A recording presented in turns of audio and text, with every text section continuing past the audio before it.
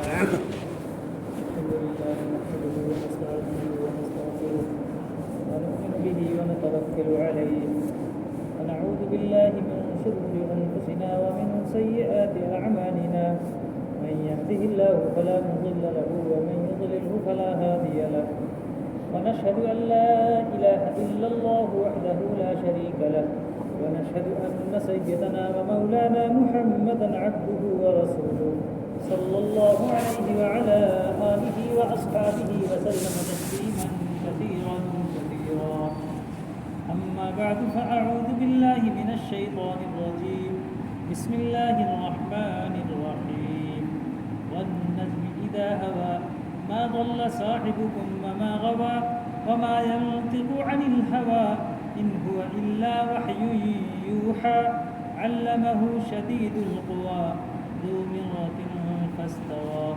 وهو بالأفق الأعلى ثم دنا فتدلى فكان قاب قوسين أو أدنى صدق الله العظيم. بزرگان محترم، نوجوانان اسلام اور عزیزان ملت،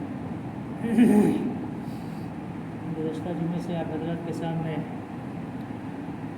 معراج حبیب صلی اللہ علیہ وسلم کے عنوان پر بے شمار باتیں گوش گزار ہوتے ہوئے آ رہی ہیں. آج کے جمعے میں اسی کی تکمیل کا ارادہ ہے. دعا فرمائے کہ اللہ تعالیٰ عافیت کے ساتھ تکمیل کی توفیق نصیب فرمائے. بزرگان محترم، بات یہاں تک پہنچی تھی کہ اللہ کے حبیب سردار انبیاء تاجدار مدینہ جناب محمد رسول اللہ صلی اللہ علیہ وسلم حرم سے بیت المقدس تک، بیت المقدس سے ساتوں آسمان کے اوپر، اور پھر وہاں سے سرا پردہ تک، اور سرا پردہ کے بعد اللہ کے دربار عرش تک اللہ کے حبیب صلی اللہ علیہ وسلم معراج کرتے ہوئے، سفر معراج مکمل کرتے ہوئے وہاں تک پہنچ چکے ہیں. سب سے پہلے یہ بات یاد رکھنی چاہیے کہ یہ جو حرم سے معراج سفر بیت المقدس تک ہو رہا ہے، یا بیت المقدس سے آسمان تک ہو رہا ہے، یا آسمان سے ساتوں آسمان سے سدرۃ المنتہا تک ہو رہا ہے، پھر وہاں سے سرا پردہ تک ہو رہا ہے، اس کو سفر معراج کہا جاتا ہے. کیا کہا جاتا ہے؟ سفر معراج.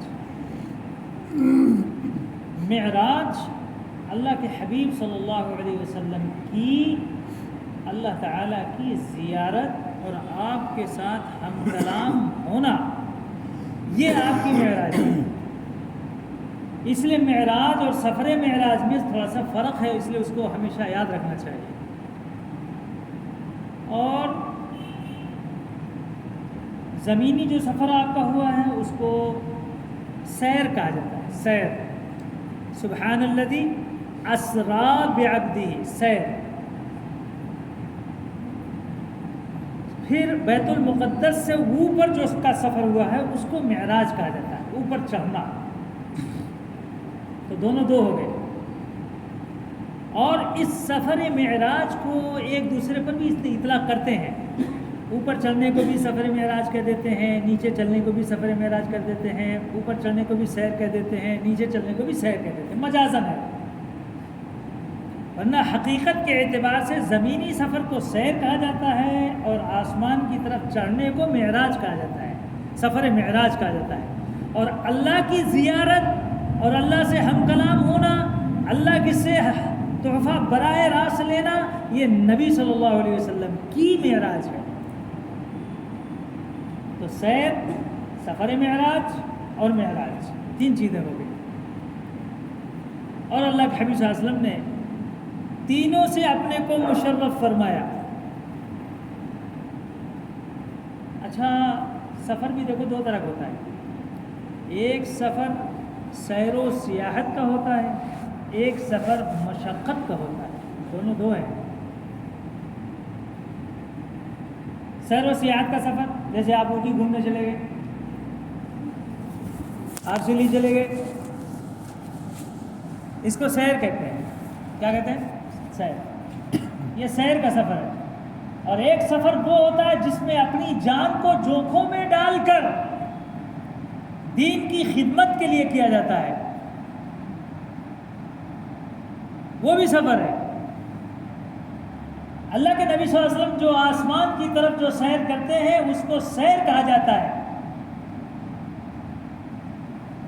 اور جو مدینۃ الرسول کی طرف آپ نے سفر کیا ہے اس کو سفر ہجرت کہا جاتا ہے. سفر ہجرت جو مشقت کا سفر ہے. حضرت ابوبکر صدیق نے اپنی جان کو جوکھوں میں ڈال کر کیا ہے، میں اپنی جان کو دے سکتا ہوں لیکن آپ کی جان کو بچاؤں گا. یہ بھی سفر ہے. اور آسمان کی طرف جو سفر ہو رہا یہ بھی سفر ہے. اس سفر کو جو آسمان کی طرف ہو رہا، جو بیت المقدس کی طرف ہو رہا، اس کو سیر کہتے ہیں، معراج کہتے ہیں. اور وہ سفر جو مکہ سے مدینۃ المنورہ کی طرف ہو رہا ہے، جس میں اپنی جان کو حضرت ابوبکر صدیق نے جوکھوں میں ڈال کر نبی صلی اللہ علیہ وسلم کو کندھے پہ اٹھا کر ہمیشہ آگے پیچھے آپ کی نگرانی کر کے مدینہ تک لے کر گئے ہیں، اس سفر کو سفر ہجرت کہا جاتا ہے. اب اگر آپ کو میں کہہ دوں بھائی چلو اوٹی کے سفر پہ چلنا ہے تو ہر آدمی تیار ہو جائے گا. ہاں مزیدار سفر ہے. تیار ہو جائیں گے؟ نہیں تیار ہو جائیں گے. چلو حاصل ہی جانا ہے، جائیں گے، سب لوگ چلیں گے، سب تیار ہو جائیں گے. لیکن اگر میں کہہ دوں چلو موت کی طرف سفر کرنا ہے، کون کون چلیں گے، تو کوئی ایک بھی تیار نہیں ہوگا. تیار ہوگا؟ کوئی نہیں تیار ہوگا. حضرت ابوبکر صدیق نے جو سفر کیا ہے وہ اپنی جان کو جوکھوں میں ڈال کر. سفر کے معین و مددگار دو ہیں. معراج کے سفر میں بھی ایک مددگار ہے جن کو حضرت جبرائیل کہا جاتا ہے، حضرت میکائیل کہا جاتا ہے، یہ بھی سفر کے ساتھی ہیں. اور مدینہ کی طرف جو سفر ہو رہا ہے اس کے بھی ایک ساتھی ہیں جن کو ابوبکر صدیق کہا جاتا ہے. سیر کے سفر میں تو ساتھی کو چھوڑا جا سکتا ہے. حضرت جبرائیل نے سدرۃ المنتہا تک تو ساتھ دیا ہے، اور اس کے بعد پھر تو اللہ کے نبی صلی اللہ علیہ وسلم کوئی آپ کو راستہ بتانے والا نہیں ہے، کوئی آپ کی رہنمائی کرنے والا نہیں ہے، کوئی لوکیشن بھیج کر آپ کو پہنچانے والا نہیں ہے. لوکیشن تو آپ کو گلی تک بھی پہنچا دیتا ہے. بلا لوکیشن کے، بلا کسی سفر سیر کے، معراج کے، کوئی نہیں، اکیلے آپ سفر کر رہے ہیں. تو معلوم ہو کہ سیر کے مصاحب کو، ساتھی کو چھوڑا جا سکتا ہے، چھوٹ جاتا ہے. لیکن جو مشقت کے سفر میں ساتھ دیتا ہے اس کا ساتھ کبھی نہیں چھوٹتا، اس کا ساتھ کبھی نہیں چھوٹتا. حضرت ابوبکر نے اللہ کے نبی صلی اللہ علیہ وسلم کے ساتھ مشقت کے سفر کو اپنایا ہے، جس کی بنیاد پر مکہ میں بھی آپ کے ساتھی، مدینے میں بھی آپ کے ساتھی، میدان میں بھی آپ کے ساتھی، بازار میں بھی آپ کے ساتھی، گھر کے پاس بھی آپ کے ساتھی، حتیٰ کہ دنیا سے پردہ فرمانے کے بعد قبر کے بھی ساتھی. یہ مسافر دیکھو ہے سفر ساتھ دینے والا، جو ابھی تک ساتھ میں ہی ہے، ساتھ میں پھر اٹھے گا، ساتھ میں محشر میں آئے گا، ساتھ ہی نبی صلی اللہ علیہ وسلم کے ساتھ جنت میں جائے گا. یہ سفر کا اوریجنل واقعتاً ساتھی. سیاحت کا ساتھی تو چھوڑ جاتا ہے. حالانکہ معاملہ الٹا ہے.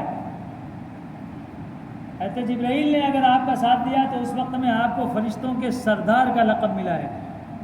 کیا کہتے ہیں؟ جبرائیل کون ہے؟ تمام فرشتوں کے سردار ہیں، کہ انہوں نے آپ کو سفر معراج میں ساتھ دیا ہے، آسمانی سفر میں آپ کے ساتھ ساتھ ہیں. تو حضرت ابوبکر کو آپ کیا سمجھتے ہیں؟ وہ تمام صحابہ کے سردار نہیں ہو سکتے؟ ان کی سرداریت میں آپ کو کیسے شبہ پیدا ہوگا؟ اگر جبریل سفر کا ساتھی بن کر قیمتی ہو سکتے ہیں تو ہجرت کا ساتھی بن کر ابوبکر کیوں نہیں قیمتی ساتھی بن سکتے؟ کہ جن کی صدیقیت پر، جن کی صحابیت پر قرآن شاہد ہے، قرآن گواہی دیتا ہے کہ ابو بکر صدیق ہیں، ابو بکر صحابی رسول ہیں، اس کی گواہی تو قرآن دے رہا ہے. تو معلوم ہوا کہ ابو بکر بھی تمام صحابہ کے سردار ہیں، تمام صحابہ کے سردار ہیں. حضرت جبرائیل اللہ کے حبیب صلی اللہ علیہ وسلم کو وہاں تک پہنچا دیا. اللہ کے حبیب صلی اللہ علیہ وسلم سرا پردہ سے پار کر کے اللہ کے دربار تک بالکل قریب آ چکے ہیں، جس کو عرش معلیٰ کہا جاتا ہے، اللہ تعالیٰ کا خاص پرسنل کرسی کا مقام عرش معلیٰ، وہاں تک اللہ کے حبیب صلی اللہ علیہ وسلم پہنچ چکے ہیں. خواب میں پہنچے ہیں؟ نہیں، جسم اور روح کے ساتھ. اسی جسم جو دنیاوی جسم ہے، اسی جسم کو اللہ نے وہاں تک پہنچایا. اور اسی لیے کہا سبحان الذی اسری بعبدہ، پاک ہے وہ ذات تمام عجز سے، تمام مجبوریوں سے، کہ وہ معجزے کے طور پر اپنے حبیب کو اپنے عرش کے قریب تک اپنے تک لا سکتا ہے. اس کو کوئی چیز روکنے والی نہیں ہے. اللہ کے حبیب صلی اللہ علیہ وسلم وہاں تک پہنچے. قرآن اس کے اوپر شہادت دیتا ہے کہ اللہ کے حبیب صلی اللہ علیہ وسلم جب ایک دم سرا پردہ کے قریب سے پار ہو کر اللہ کے بالکل قریب پہنچ چکے ہیں، تو اس وقت میں وہاں سے آواز آتی ہے، یا حبیبی ادن منی، اے میرے حبیب آپ ذرا اور قریب آ جائیے. موسیٰ علیہ الصلوۃ والتسلیم نے جب اللہ سے کہا تھا زیارت کے اس وقت میں، تو اللہ تعالیٰ نے فرمایا تھا اے موسیٰ تم مجھ کو نہیں دیکھ سکتے، تم مجھ کو نہیں دیکھ سکتے، آپ کے بس کا نہیں. نہیں اللہ کچھ تو دکھا دے.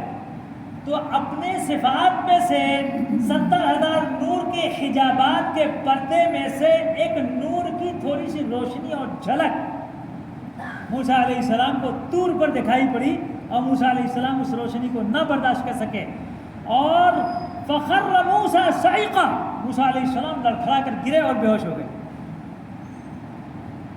اور اللہ کے حبیب صلی اللہ علیہ وسلم کو کیا حکم ہو رہا ہے؟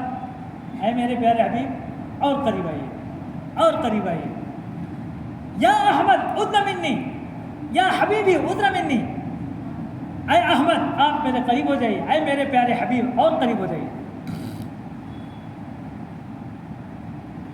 جب بالکل قریب ہو گئے، کتنا قریب ہو گئے؟ 2 تفسیریں یہاں لکھی ہوئی ہیں. ایک تفسیر میں لکھا ہوا ہے کہ کمان اور تیر چلانے کی آپ نے وہ دیکھا ہوگا، دھاگا باندھ کر اور لکڑی میں باندھ کر تیر چلاتا نا، اتنا فاصلہ.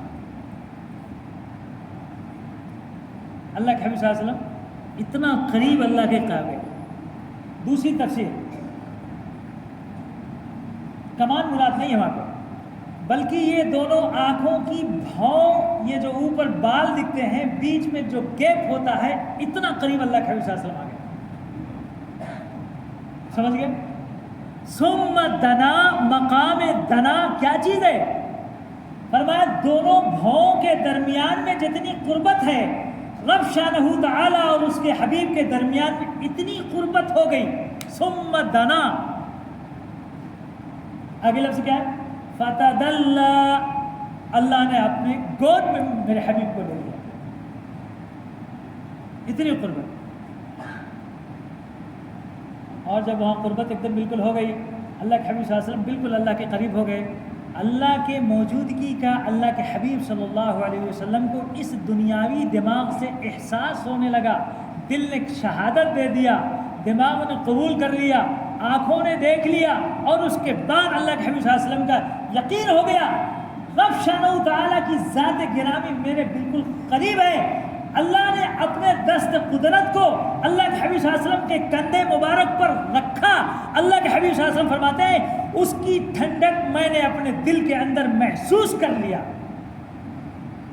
اب سمجھ لو کتنا قریب آ گئے.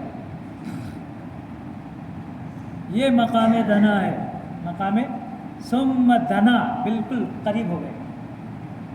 فتدلّا فکان قاب قوسین او ادنیٰ، اس سے بھی زیادہ قریب ہو گئے کہ اللہ کے حبیب صلی اللہ علیہ وسلم کے دل میں بھی اس کا احساس ہو گیا. دست قدرت کی جو ٹھنڈک ہے اس کا آپ نے احساس کیا. جب احساس ہوا تو اس کے بعد اللہ کی طرف سے آواز آئی، میرے حبیب آپ بہت لمبا سفر کر کے آئے ہیں، کروڑوں سال کا سفر ہے، یہ چھوٹا موٹا سفر نہیں ہے کہ ایک ایک پردے کا اور ایک ایک آسمان کا اور ان آسمانوں کے درمیان کا جو سفر ہے وہ 500 سال کا سفر ہے، چھوٹا موٹا سفر نہیں ہے. اور اللہ تعالیٰ فرماتے ہیں رات کے چھوٹے مختصر سے حصے میں میرے رب نے سب طے کر لیا، سب سفر مکمل ہو گیا. یہ دیکھو جیسے سلیمان علیہ السلام کے بارے میں نا کہ سلیمان علیہ الصلوۃ والتسلیم کا جو تخت تھا، جو ہوائی جہاز ایروپلین تھا، وہ مہینوں کا سفر گھنٹوں میں کرتا تھا. مہینوں کا سفر، ایک مہینے کا جو سفر ہوتا تھا وہ گھنٹے میں پورا کر لیتا تھا. جیسے اب ہم مکہ کو پہلے جاتے تھے تو اس وقت میں پیدل چلنا ہو تو اس وقت میں 1 سال لگے گا. دریائی سفر سے گئے تو کم سے کم 3 مہینہ 6 مہینہ لگ جاتا تھا. آج ہوائی جہاز 6 گھنٹے میں پہنچا دیتا ہے. تو جب ہمارا دنیا کا ہوائی جہاز اتنا تیز ہے تو اللہ کا ہوائی جہاز اللہ کا ہوائی جہاز. سلیمان کی سفر کی مقدار مہینوں کی مسافت گھنٹوں میں ہوتی ہے.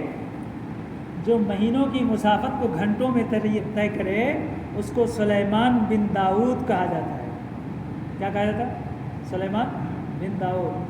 اور جو کروڑوں سال کی مسافت کو پلک جھپکنے میں چند منٹوں میں طے کر لے اس کو محمد ابن عبداللہ کہتے ہیں صلی اللہ علیہ وسلم.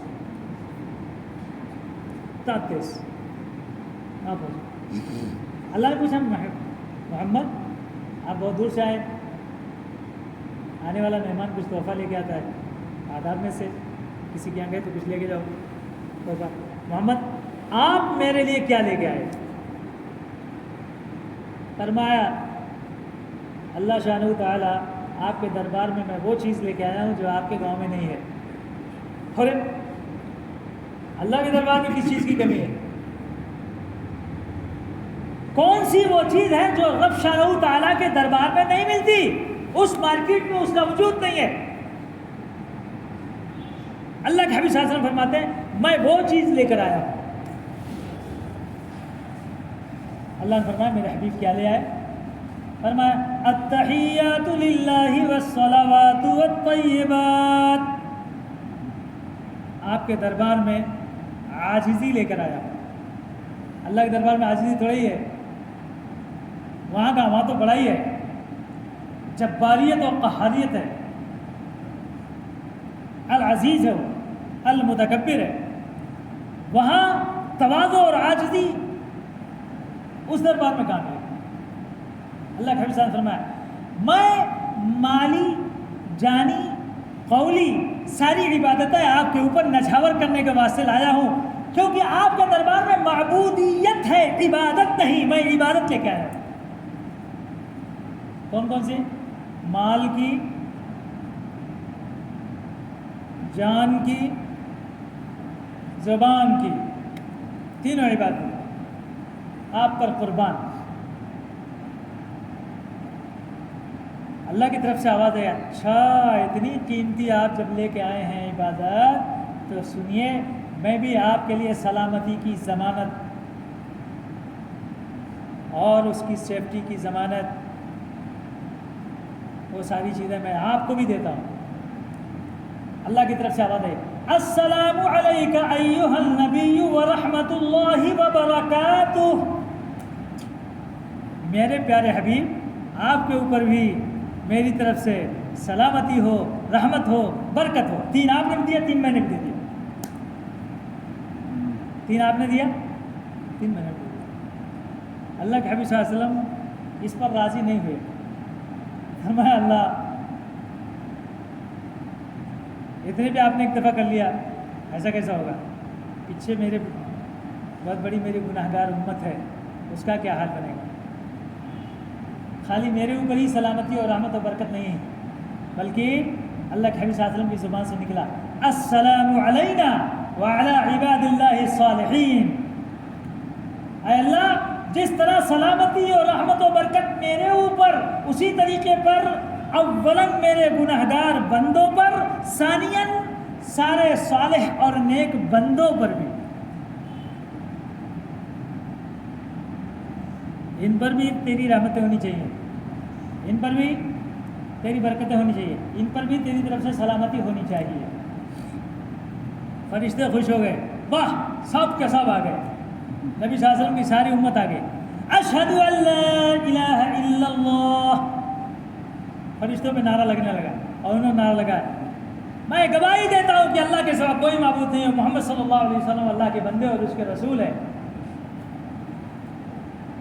وہی کلمہ شہادت ہمارے نبی لے کر آئے اور آپ کو دے دیا کہ سارے نبی تو جو کلمہ پڑھتے ہیں لا الہ الا اللہ، نوح نجی اللہ، آدم صفی اللہ، عیسیٰ روح اللہ، موسیٰ کلیم اللہ، ابراہیم خلیل اللہ، اسماعیل ذبیح اللہ، لیکن اللہ کے حبیب صلی اللہ علیہ وسلم کی امتی کیا کلمہ پڑھتے ہیں؟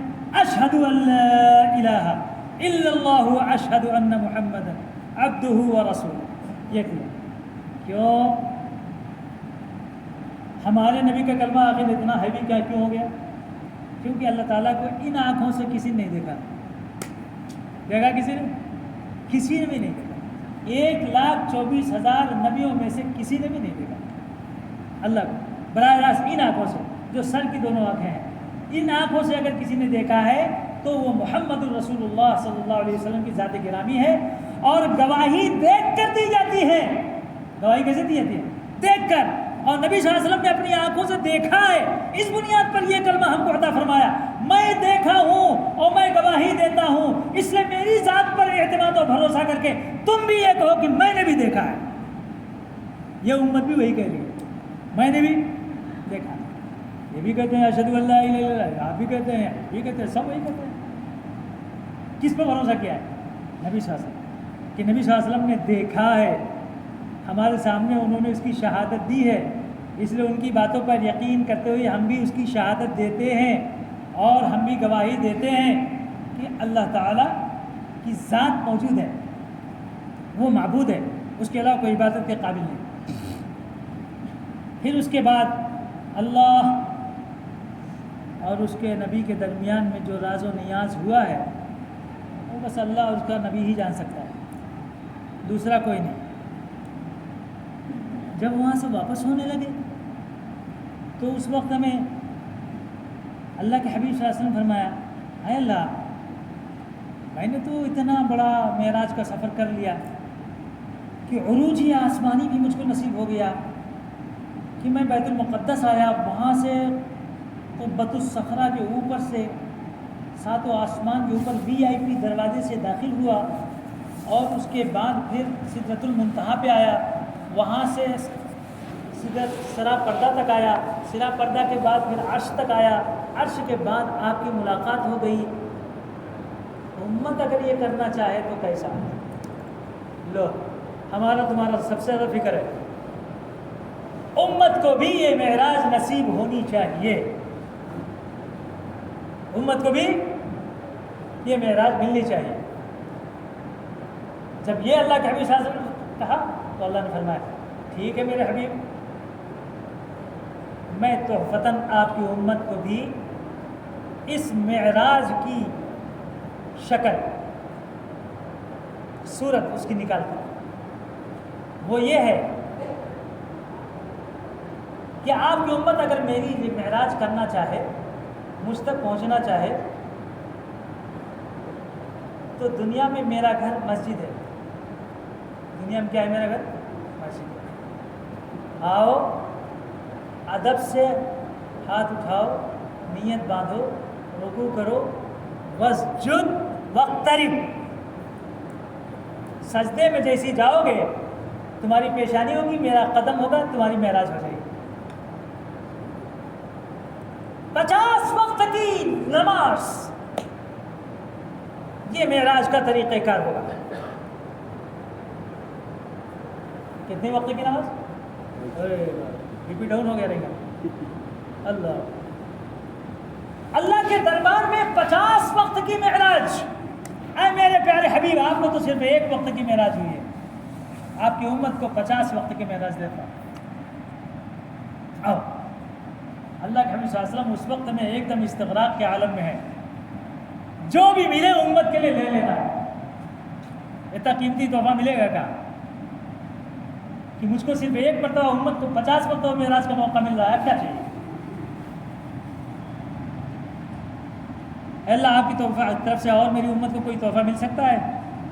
اللہ کے حبیب صلی اللہ علیہ وسلم ایک دم جوش میں ہے. فرمایا جاؤ 6 مہینے کا روزہ. ٹھیک ہے، یہاں 6 گھنٹے کا روزہ رکھنے کے لیے تیار نہیں. اللہ کے نبی صلی اللہ علیہ وسلم نے 6 مہینے کا آپ کے لیے روزہ اقرار کر لیا. اللہ اور کچھ فرمایا سورہ بقرہ کا آخری رکوع اور سورہ فاتحہ لے جاؤ، یہ بطور تبرک تحفے کے لے جاؤ. آمن الرسول بما انزل الیک من ربک، سورہ بقرہ کا آخری رکوع 2 آیتیں، سورہ فاتحہ تحفے کے طور. اللہ اور کچھ تحفے میں فرمایا جاؤ. اب تک تو سارے لوگوں کو گناہ کبیرہ اگر کسی شخص نے کیا تو فوراً اس کے اوپر اس کی پکڑ آتی تھی اور اس کی سزا ملتی تھی. آپ کی امت اس کے گناہ کبیرہ معاف ہو سکتے ہیں سوائے شرک کے. ان اللہ لا یغفر ان یشرک بہ ویغفر ما دون ذلک لمن یشاء. جاؤ. جنت سے روکنے والی اگر کوئی چیز ہے تو وہ صرف شرک ہے. باقی آپ کی امت کسی بھی حال میں جنت میں پہنچے گی. یہ الگ بات ہے کہ کسی کی دنیا میں اگر معافی ہو گئی ہے تو وہ ڈائریکٹ جنت میں چلا جائے گا، اور اگر کسی کی دنیا میں معافی نہیں ہو پائی ہے، توبہ نہ کر سکا وہ، تو جہنم میں جانے کے بعد ایک نہ ایک دن وہ ضرور معاف کر دیا جائے گا اور وہ جنت میں چلا جائے گا گناہ کبیرہ کے باوجود بھی. سزا بھگتنے کو نہیں تو ہماری کیا کرتے ہیں. ابھی سنیں حضرت آپ نے بیان فرمایا شرک کے علاوہ سب کے اللہ کے گناہ کبیرہ بھی معافی ہے. لاؤ شرک نہیں کروں گا، باقی سب کروں گا.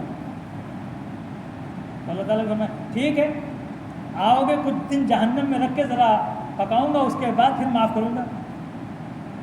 اگر اس کے لیے تیار ہو تو ٹھیک ہے، آ جاؤ. تو جہنم میں کچھ دن تمہاری دھلائی ہوگی، اس کے بعد معافی ہوگی. معافی تو ہو جائے گی لیکن کچھ دن جہنم میں دھلائی کرنے کے بعد. جیسے آلو بہت اچھی چیز ہے لیکن جب تک اس کو آگ میں بھونا نہ جائے تب تک کھانے کے قابل بھی نہیں ہوتا. اسی طریقے پر یہ انسان ہے تو بہت اچھا لیکن جنت کے قابل اسی وقت میں ہوگا جب کہ اس کی جہنم میں دھلائی بھی ہو جائے. تو یا تو یہیں سے دھل دھلا کے چلے جاؤ تب بھی جنت مل جائے گی، معافی ہو جائے گی، اور اگر نہیں کر سکے تو جہنم میں دھلائی ہونے کے بعد پھر جنت میں جائے گی. اللہ نے یہ تحفہ دیا. نبی صلی اللہ علیہ وسلم وہاں سے تحفہ لے کے واپس ہو گئے. اللہ نے موسیٰ علیہ السلام کو راستے میں بیٹھا دیا. موسیٰ تم بول رہے تھے نا اللہ مجھے دکھا دے، اللہ مجھے دکھا دے. تو مجھ کو تو نہیں دیکھ سکتے لیکن جس نے مجھ کو دیکھا اس کو دیکھ لو. جس نے مجھ کو دیکھا ہے اس کو دیکھ لو. اور اس کے دیکھنے کا طریقہ یوں ہوگا کہ 50 وقت کی نماز لے جا رہے ہیں، آپ تجربے کار ہیں، ذرا ان کو سمجھانا. جب آئے موسیٰ علیہ السلام کے پاس تو موسیٰ علیہ السلام نے کہا کیا ہوا محمد، کچھ ملا؟ کہنے لگے ہاں 50 وقت کی نماز مل گیا. کیا؟ ارے کہنے لگے خاموش رہو. بنی اسرائیل 300-400 سال تک عمر رکھنے والے، کئی 100 سال زندہ رہنے والے، کبھی ان کو سر میں درد نہیں ہوتا تھا. 2 وقت کی نماز چھوڑنے کے لیے تیار نہیں تھے وہ. 2 وقت کی نماز. جاؤ کم کرو بھائی صاحب. اچھا. پھر اللہ کے حبیب صلی اللہ علیہ وسلم اللہ کے دربار تک پہنچے. پھر اللہ کی زیارت ہوئی. اللہ تعالیٰ نے پھر معاف کیا. 5 پھر 5 پھر 5 معاف کرتے کرتے 9 مرتبہ میں پورا کتنا معاف ہو گئی؟ 40 میں 5 معاف ہو گئی. 45 معاف ہو گئے، 5 باقی رہی. اللہ نے فرمایا دیکھو میرا قانون ہے. 5 لے گئے نا موسیٰ علیہ السلام کہنے لگے جاؤ اور کم کرا لو. ہوتا نہیں، تمہاری امت بہت کمزور ہے. اللہ کے حبیب صاحب اب مجھے حیا اور شرم آتی ہے. اللہ کی طرف سے فوراً آواز آئی، اے میرے پیارے حبیب اب اپنی امت کو 5 تو پڑھنے کے لیے بولو، لیکن میرے یہاں قانون چونکہ بدلا نہیں جاتا اس لیے 50 کا ثواب لکھوں گا۔ من جاء بالحسنۃ فلہ 10 امثالها، کیونکہ میرے یہاں قانون ہے، عرش کے پائے پر بھی لکھا ہوا 1 کروڑ 10 ملے گا، 1 کروڑ 10 ملے گا، تو 5 کروڑ کتنا ملے گا؟ 50۔ صرف 5 وقت کی نماز، اور 5 وقت کی نماز بھی ایسی ہے کہ جس کے اندر تمہارے سارے مسائل کا حل ہے، مسائل میں حرج نہیں۔ آج تو دنیا یہ سمجھتی ہے کہ نماز روزہ یہ سب مسائل میں حرج ہے، اللہ فرماتے ہیں مسائل کا حل ہے اس میں، حی علی الصلاح، آؤ نماز کی طرف، اور اس کے بعد حی علی الفلاح، آؤ کامیابی کی طرف، اسی میں کامیابی ہے، اس کو پڑھنے کے لیے تیار ہو جاؤ۔ اور روزہ 6 مہینے کا معاف ہو کر کے صرف 30 دن کا بچا، سال میں 30 دن، 30 دن کا روزہ اور 5 وقت کی نماز، یہ لے کر اللہ کے حبیب صلی اللہ علیہ وسلم وہاں سے تشریف لے کر چلے۔ ابراہیم علیہ الصلوۃ والتسلیم سے، چونکہ دادا ابراہیم خلیل اللہ ہمارے دادا ہیں، اللہ کے حبیب صلی اللہ علیہ وسلم نے ملاقات ان سے جو کیا کہ ابراہیم علیہ الصلوۃ والتسلیم نے فرمایا محمد تم ہمارے پوتے ہو، تمہاری پوری امت جتنی ہے وہ ہماری پوتا ہے، سب پوترے لگیں گے، اس لیے محمد 2 تحفے میری طرف سے بھی تم اپنی امت کے لیے لے کے جاؤ، ادھر 2-3 تحفہ 4 تحفہ اللہ تعالیٰ نے دے دیا، ادھر ابراہیم خلیل اللہ علی نبینا علیہ الصلوۃ والتسلیم نے بھی 2 تحفہ اس امت کے واسطے دیا، فرمایا محمد آپ جا رہے ہیں اپنی امت کو میری طرف سے 2 تحفہ دینا، نمبر 1 میرا سلام عرض کرنا، بولو وعلیکم السلام ورحمۃ اللہ وبرکاتہ۔ ابراہیم علیہ السلام نے اس امت کو سلام بھیجا ہے تو اس امت کو وعلیکم السلام تو بولنا چاہیے نا، ایک تحفہ۔ اور دوسرا تحفہ فرمایا اپنی امت سے کہہ دینا جنت میں جھاڑ لگاتے رہو، جنت میں درخت لگاتے رہو۔ یہ جنت میں درخت کیسے لگے گا؟ یہاں سے پھینکے تو وہاں جا کے لگ جاتا، بیجا یہاں سے ڈال لے تو کیسا دھان کا ڈالتا ہے نہیں، چھنک چھنک کو نار کرتے ہیں نہیں، ویسا کرے تو ہو جاتا کیا؟ کیسے جھاڑ لگائیں گے جنت میں؟ جنت میں جھاڑ لگانے کا آرڈر دادا ابراہیم خلیل اللہ علی نبینا علیہ الصلوۃ والتسلیم دے رہے ہیں، کس طرح سے لگائیں گے؟ اللہ کے حبیب صلی اللہ علیہ وسلم نے فرمایا، دادا ابراہیم خلیل اللہ کی مراد سمجھے، وہ یہ فرما رہے ہیں کہ جنت میں تم جھاڑ لگاؤ، درخت لگاؤ، جھاڑ اور درخت لگانے کا طریقہ یہ ہے کہ تم ہمیشہ سبحان اللہ سبحان اللہ سبحان اللہ جتنی مرتبہ بولو گے اتنے درخت وہاں لگتے رہیں گے، اتنے درخت وہاں لگتے رہیں گے۔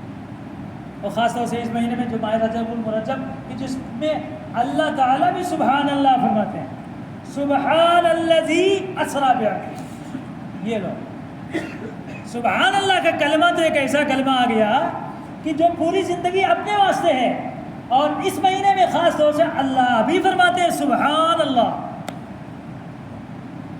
سبحان اللہ کا کلمہ بندہ بولتا رہے گا، ادھر سے وہاں آخرت میں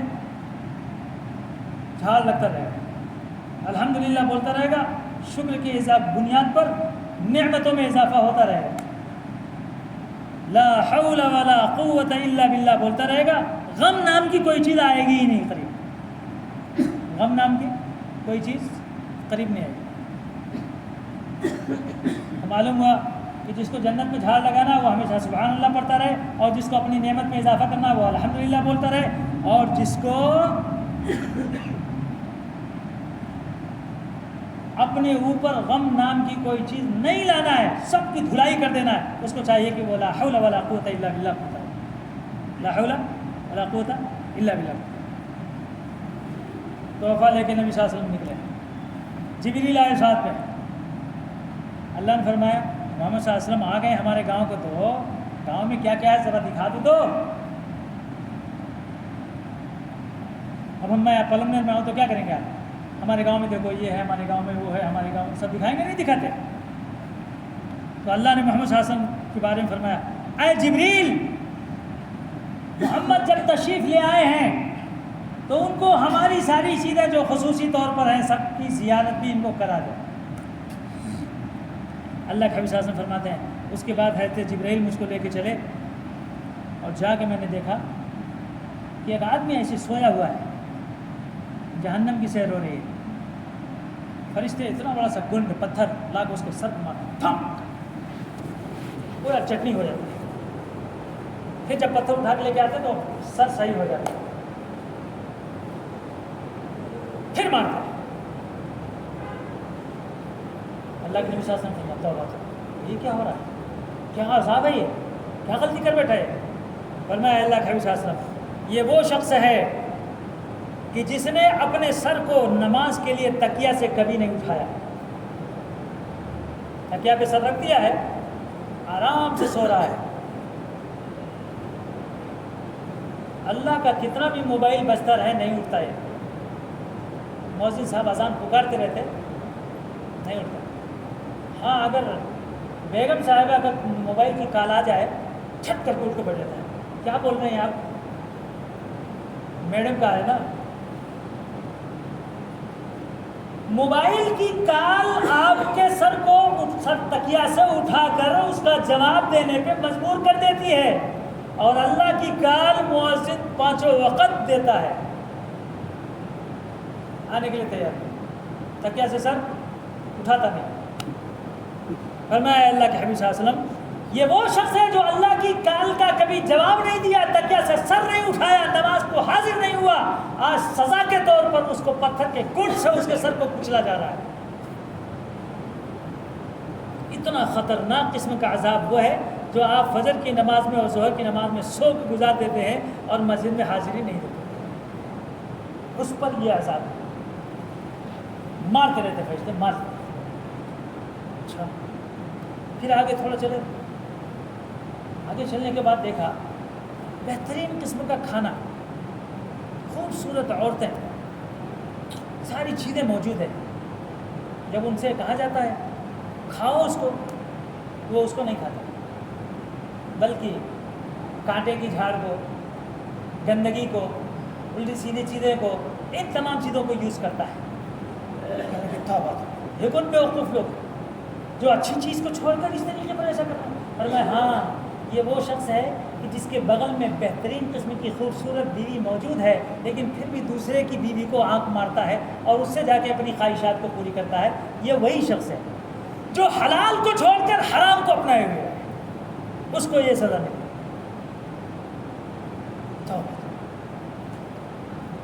میرے نبی اور آگے بڑھیے، اللہ کے حبیب صلی اللہ علیہ وسلم آگے بڑھے تو اس کے بعد دیکھا آگ کا کنواں ہے، انگار، اس کے اندر سے نیچے سے کچھ مرد کچھ عورتیں آتے ہیں، پھر نکلنا چاہتے ہیں نہیں نکل پاتے، پھر نیچے اسی میں جلتے ہیں۔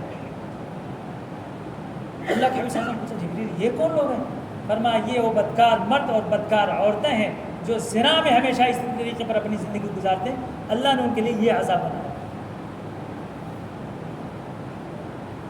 اور آگے بڑھو، آگے اور بڑھے تو دیکھا ایک قوم ہے جس کے پیٹ ایک دم پہاڑ کے برابر،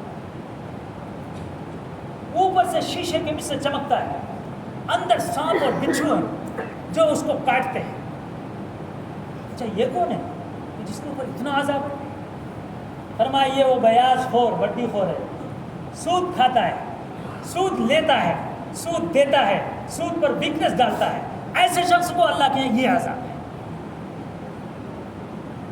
اللہ کے حبیب صلی اللہ علیہ وسلم نے ان ساری چیزوں کا مشاہدہ کرتے ہوئے آگے بڑھتے رہے، آگے بڑھتے رہے۔ اللہ کے حبیب صلی اللہ علیہ وسلم کا دل بالکل بھر گیا، اتنا عذاب اللہ کا، پھر بھی امت ڈرتی نہیں ہے۔ تو حضرت جبریل نے تسلی دیا، اللہ کے حبیب صلی اللہ علیہ وسلم اور بھی چیزیں دیکھنے کی، ذرا آگے بڑھی، اب جنت کی سیر کیجیے۔ اللہ کے حبیب صلی اللہ علیہ وسلم دیکھا بہترین خوبصورت عورتیں، کیا چمکدار ہیرے جواہرات سے مرصع محلات میں، غلمان خادم نوجوان لڑکے، چاروں طرف سے ادھر سے ادھر ادھر سے ادھر، ایک دم حسن کا ماحول۔ اللہ کے حبیب صلی اللہ علیہ وسلم فرمایا ارے یہ کیا ہے؟ فرمایا یہی جنت ہے، مسلمان اگر اپنی جان کو ایمان کے بدلے اللہ کو فروخت کر دیتا ہے تو اس کو یہی جنت ملتی ہے جس کو آپ نے مشاہدہ کیا۔ اللہ کے نبی صلی اللہ علیہ وسلم فرماتے ہیں میں نے دیکھا ایک حوض ہے وہ شاندار، اس پر ایک جنتی حور وضو کر رہی تھی اور سامنے اس کے جو ہے نا محل تھا۔ پوچھا یہ کس کا ہے؟ فرمایا اے اللہ کے نبی صلی اللہ علیہ وسلم یہ آپ کے ساتھی حضرت عمر کا ہے۔ حضور فرماتے ہیں جب دنیا میں تشریف لائے تو اس وقت میں حضرت عمر صاحب سے کیا عمر میں نے تیری جنت کو دیکھا لیکن تیری غیرت کو مشاہدہ کرتے ہوئے میں نے سوچا عمر غصے والا ہے کہیں برداشت کرے گا کہ نہیں، اسے تیری جنت کو نہیں گیا میں واپس آ گیا۔ کہنے لگے اللہ کے نبی صلی اللہ علیہ وسلم یہ تو آپ ہی کے صدقے تو پہلے مجھے مل رہی تھی، آپ کو اندر جانے میں کیا حرج کی بات ہے۔ حضرت عمر کا محل بھی دکھائے کہ حضرت عمر کی آواز بڑی اچھی آواز مانی جاتی ہے اور کہا جاتا ہے فرشتے اگر کسی کی زبان میں آواز میں بات کرتے ہیں تو وہ حضرت عمر کی آواز میں بات کرتے ہیں۔ ابو بکر و عثمان اور علی کی زبان میں نہیں بات کرتے، ان کی آواز میں نہیں بات کرتے، عمر کی آواز میں آواز ملا کے بات کرتے ہیں۔ جب وہ بات کرتے ہیں تو ایسا محسوس ہوتا ہے عمر بات کر رہے ہیں۔ ان کا حال دیکھ لیا، اللہ کے حبیب نے دیکھا ایک قبہ ہے، اچھا یہ کیا ہے؟ کہنے کہ یہ بہترین قسم کا قبہ جو بنا ہوا ہے اسی میں سے اللہ نے 4 نہریں جاری کر رکھی ہیں، ایک شہد کی ہے، ایک دودھ کی ہے، ایک شراب خالص کی ہے جو جنتی شراب ہے، دنیا والی شراب نہیں وہاں کی شراب، اور ایک پانی کی ہے۔ اللہ کے حبیب قبہ کھولو ذرا، میں دیکھنا چاہتا اس کو۔ اندر تشریف لے گئے تو اس پر لکھا ہوا بسم اللہ الرحمن الرحیم، کیا لکھا ہے؟ بسم اللہ لکھے ہوئے، اور اس میں آپ نے دیکھا مشاہدہ کیا بسم اللہ کی میم سے شہد کی نہر جا رہی ہے، اللہ سے دودھ کی نہر، رحمان سے شراب خالص کی، اور رحیم سے خالص پانی کی۔ جو ان 4 نہروں سے جنت کی فیضیاب ہونا چاہتا ہے کثرت سے بسم اللہ اس کو پڑھنا چاہیے، ہر کام پر، ہر مشاہدے پر، ہر اٹھک بیٹھک پر، ہر وقت میں اس کی زبان پر بسم اللہ الرحمن الرحیم، بسم اللہ الرحمن الرحیم، بسم اللہ الرحمن الرحیم پڑھتا رہے گا، ان 4 نہروں سے وہ فیضیاب ہوگا۔ اللہ کے حبیب صلی اللہ علیہ وسلم نے جنت کی ساری چیزوں کو دیکھ کر حضرت جبریل کے ساتھ براق پر سوار ہوئے، سیدھا آئے بیت المقدس، اور بیت المقدس سے پھر اس کے بعد بیت اللہ الحرام، اور بیت اللہ الحرام میں سیدھا ام ہانی بنت حکیم کے گھر میں جب آپ آئے اللہ نے نظام عالم کو چالو کر دیا۔ اللہ کے حبیب صلی اللہ علیہ وسلم نے دیکھا جس کنی کو میں کھلا چھوڑ کر گیا ہوں وہ ابھی ہل رہی ہے، جہاں میں نے حتیم کے پاس زمزم کے پانی سے وضو کیا تھا وہ وضو کا پانی جاری ہے۔ اتنا جلدی سفر ہوا ہے، کروڑوں میل کا سفر، اور پلک جھپکنے میں اللہ نے پورا سفر مکمل کر دیا۔ آپ تشریف لے آئے، اور تشریف لا کر ام ہانی بنت حکیم سے فرمایا آج رات میں یہ ہوا، کیسا خیال ہے؟ کہنے لگے محمد میں تیری بات پہ 100% بھروسہ کرتی ہوں، لیکن تو باہر اس کو نہیں بولنا، یہ پہلے سے جھانک تاک پہ ہیں، آ گئے نا ابھی کیوں نہیں تجھے اڑا دیں گے، الٹا پلٹا بکیں گے تیرے خلاف۔ محمد کو نہیں بولنا۔ محمد صلی اللہ علیہ وسلم کو وہاں کے سارے انوارات، اور مہانی بنت حکیم نے پکڑا مت جانا محمد، جانا نہیں۔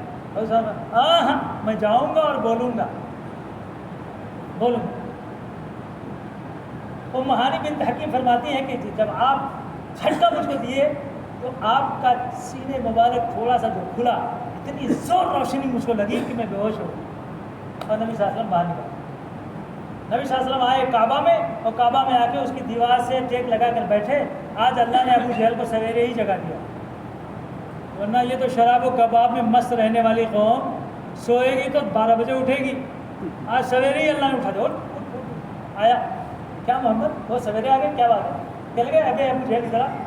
آج تو اللہ نے کمال کر دیا، بیت المقدس میں گیا تھا، اور اس کے بعد پھر ساتوں آسمان میں جنت کی جہنم کی سب کی اللہ کی ساتھ ملاقات کر کے آ گیا۔ ابو جہل کہنے لگا اچھا موقع ملا ہے، اب تو جا کو سب کو جگاتا ہوں۔ یہ دیکھو ابھی تک تو جبریل کو بولتے تھے کہ آتے ہیں اور جاتے ہیں، اور آج دیکھو تو خود بھی چلے گئے۔ اب اس سے بڑا جھوٹ کیا ہو سکتا ہے؟ اللہ نے اعلان کا کام ابو جہل سے لیا اور سب کو بتاؤ، پورے جمع ہو گئے، کہنے لگے ہمارے جھٹلانے سے کام بنے گا نہیں، ابو بکر کو پکڑو، ابو بکر کو پکڑو جو تمام چیزوں میں آگے آگے رہتا نا۔ بکر کہتے ہیں ہر چیز کو جھٹپٹ کرنے والا اور فوراً کرنے والا اور جلدی اس کو اپنانے والا، اس لیے ابو بکر کہا جاتا ہے۔ چلو ان کے پاس، ابو بکر کے پاس آئے، جب ابو بکر سے کہا ابو بکر، اگر کوئی آدمی کہتے میں ابھی گیا تھا بیت المقدس کو، پھر ساتواں آسمان کو، پھر آئے اور پھر فوراً یہاں آ جائے، بتاؤ کروڑوں میل کا سفر کر سکتا کیا؟ نہیں ہو سکتا۔ کہا دیکھیں ابو بکر مان گیا، اب مسئلہ حل ہے، توا گرم ہے روٹی سیک لو، توا گرم ہے روٹی سیک لو، چل سب کے سب۔ ابو بکر نے اقرار کر لیا کہ نہیں ہو سکتا۔ پھر ابو بکر نے پوچھا ہوا کس سے؟ کون بولا؟ کہنے لگے آپ کے ساتھی ہے محمد صلی اللہ علیہ وسلم، انہوں نے کہا، انہوں نے کہا تھا 100% صحیح ہے، 100% صحیح ہے، بالکل پرفیکٹ ہے۔ ہم نے اس سے بھی بڑی بات کو سینکڑوں مرتبہ جبریل آتے اور جاتے ہیں، اس کو ہم نے مان لیا، یہ ماننے میں کوئی سی بڑی بات نہیں، بالکل صحیح ہے۔ اور آئے نبی صاحب کہیں گے اللہ کے نبی صلی اللہ علیہ وسلم کیا ہوا؟ کہیں گے ایسا ہوا ایسا ہوا، کہ بالکل سچی بات ہے۔ اللہ نے فرمایا والذی جاء بالصدق وصدق به، اس بات کی سب سے پہلے تصدیق کس نے کیا؟ ابو بکر نے کیا۔ اللہ نے فرمایا آج سے میرے ابو بکر کا لقب صدیق رہے گا، میرے ابو بکر کا لقب صدیق ہوگا، کہ آپ کی باتوں کی سب سے پہلے تصدیق کیا اور سچ مانا، اس بنیاد پر ابو بکر صدیق ہو گئے۔ ابو جہل صحیح نہیں ہے، اللہ کے رسول نے اگر صحیح نہیں ہے تو مجھ سے 2 قافلے ملے، ایک قافلہ میں نے دیکھا تھا سنعت روحہ کے مقام پر، وہاں دیکھا ان کا اونٹ گم ہو گیا ہے، وہ لوگ تلاش کر رہے تھے، ان کے خیمے میں بھی گھسا، ٹھنڈا ٹھنڈا پانی تھا، میں نے وہاں سے پیا، پھر چلا آیا میں، اور اس کے بعد دوسرا قافلہ ایک اور دیکھا، میری سواری جو تیزی سے گزری نا، ان کا اونٹ جو ہے نا بارک کر کے بھاگا ایک، اور ایک دھڑم کر کو گرا، اور آگے آگے جو ہے نا کالا کالا والا اونٹ ہے، اور اس کے اوپر ایسا ایسا گونی لگی ہوئی ہے، تھوڑی دیر کے بعد بھی آ جائے گا، وہ مقام تنعیم عائشہ مسجد تک پہنچ چکا ہے، ان قریب مکے میں داخل ہو جائے گا، جب چاہے ان سے پوچھ لینا میں گیا تھا نہیں گیا تھا۔ وہ لوگ جب آئے کہ چلو چلو چلو چلو چلو دیکھیں گے مکہ کی سرحد کے پاس، دیکھیں کون سا قافلہ آ رہا، محمد صحیح بول رہے ہیں جھوٹ بول رہے ہیں، تب تک وہ قافلہ آ گیا۔ کہنے لگا ایسا کچھ ہوا تھا؟ ارے ہاں ہوا تو تھا، بہت تیزی کے ساتھ گزرے، پتہ نہیں کون سی سواری تھی، وہ اونٹ بھدک گیا، ایک تو گر گیا، کہ یہ بھی دیکھو ان کے ساتھ مل گیا، جادو چل گیا محمد کا ان کے اوپر، کیا چل گیا؟ جادو چل گیا۔ ہدایت مقدر نہیں ہے تو ہیلے اور بہانے ایسے، اللہ نے جس کو مقدر کیا تھا ان لوگوں کو اسی معراج سے ہدایت مل گئی، اور اسی سے ان کو سبق بھی مل گیا، اسی سے ان کو 5 وقت کی نماز بھی مل گئی، 30 دن کا روزہ بھی مل گیا، اور شرک کے علاوہ مغفرت کا فیصلہ بھی مل گیا، اللہ کے نبی حضرت ابراہیم خلیل اللہ کا سلام بھی مل گیا، سبحان اللہ کی دولت بھی مل گئی، ساری چیزیں مل گئی نہیں مل گئی؟ تو ہدایت مقدر ہے تو سب کچھ اس کو قبول کرنے میں آسانی ہوتی ہے، اور ہدایت مقدر نہیں ہے تو کسی چیز کو قبول کرنے کے لیے تیار نہیں ہوتا ہے۔ اللہ کے نبی صلی اللہ علیہ وسلم کے ان قصے جو معراج کا قصہ بیان کیا جاتا ہے، اللہ فرماتے ہیں نبیوں کا جب قصہ بیان کیا جاتا ہے اس سے دل مضبوط ہو جاتا ہے۔ وَكُلًّا نَقُصُّ عَلَيْكَ مِنْ أَنْبَاءِ الرُّسُلِ مَا نُثَبِّتُ بِهِ إِلَّا فُؤَادَكَ، دل مضبوط ہو جاتا ہے۔ وَمَوْعِظَةً، نصیحت ہوتی ہے اس سے، وَذِكْرَىٰ، اور ہمارے لیے یاد دہانی ہوتی ہے۔ یہ نبیوں کا جب قصہ ہم سنتے ہیں ہمارا ایمان مضبوط ہو جاتا ہے اور ہدایت پہ چلنا آسان ہو جاتا ہے، اطمینان قلبی حاصل ہوتا ہے، دین دنیا دونوں جہان کی دولت سے یہ مالا مال ہو جاتا ہے۔ اللہ ہم سب کو یہ نبی صلی اللہ علیہ وسلم کے معراج کے قصے سے کما حق ہو، جو کچھ اس میں آسمانی احکام آئے ہیں، تحفے آئے ہیں، اس کو قبول کرنے کی، اس پر عمل کرنے کی توفیق